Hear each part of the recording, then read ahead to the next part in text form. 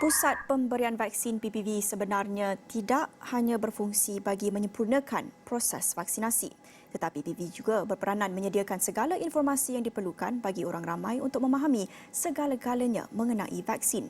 Itu menjadi cabaran terbesar petugas melayani tanpa jemu dan sabar dengan pelbagai kerenah orang ramai. Kami bawakan laporan keperitan petugas di PPV MPPJ di Petaling Jaya. Pusat PPV sebenarnya bukan untuk memberikan suntikan, tetapi inilah tempat yang sesuai menghuraikan banyak sangkaan atau kekeliruan tentang proses vaksinasi. Setiap penerima vaksin itu mempunyai hak dia. Kita ada hak, bila kita masuk tu kita ada hak untuk melihat proses tu. Jadi jangan takut untuk bertanya atau meminta untuk melihat proses-proses tersebut.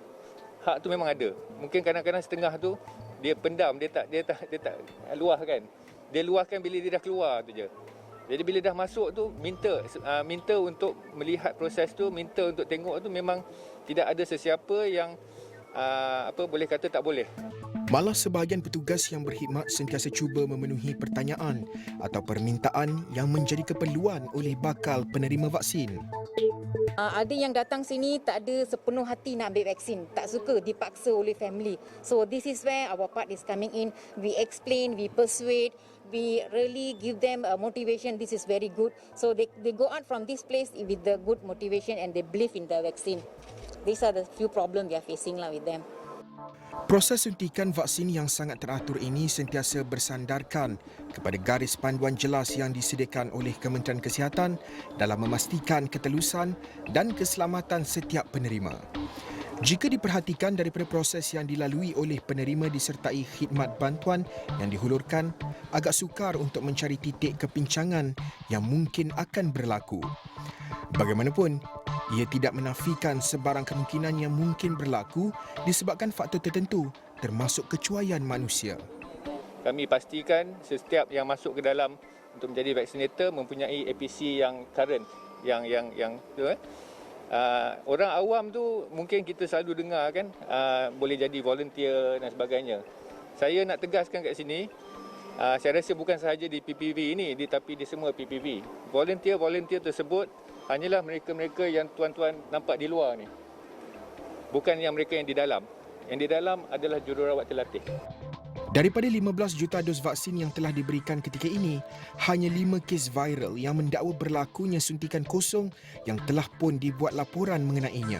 Setiap pagi kami akan mengingatkan mereka mengenai SOP ini. SOP ini termasuklah dari mula masuknya penerima vaksin, mereka akan ditunjuk vial vaksin yang diberi dan mereka akan perlu pastikan mereka telah nampak dan pasti yang vaksin itu adalah jenis Pfizer, sebab di sini jenis Pfizer. Kemudian apabila dah pasti, mereka akan ditunjukkan bahawa vaksin itu akan dikeluarkan dan dimasukkan ke dalam syringe. Setiap penerima vaksin akan melihat proses itu. Jauh dari itu, mungkin kita juga boleh menilai sendiri pengorbanan oleh setiap petugas yang ada bagi membolehkan setiap daripada kita mendapat vaksin dengan sempurna. Ia mungkin menjadi sebab anda terselamat dari jangkitan yang paling ditakuti oleh manusia sejagat ketika ini. Dan saya pun dah lengkap vaksin 2 dos, jadi dekat situ dah menambah lagi perlindungan diri untuk saya lah. So sampai dekat rumah macam biasa saya akan mandi dulu sebelum pegang isteri anak. Itulah kita buat apa yang kita boleh. Itulah harga yang perlu dibayar mereka untuk jaminan keselamatan yang sentiasa dituntut oleh kita.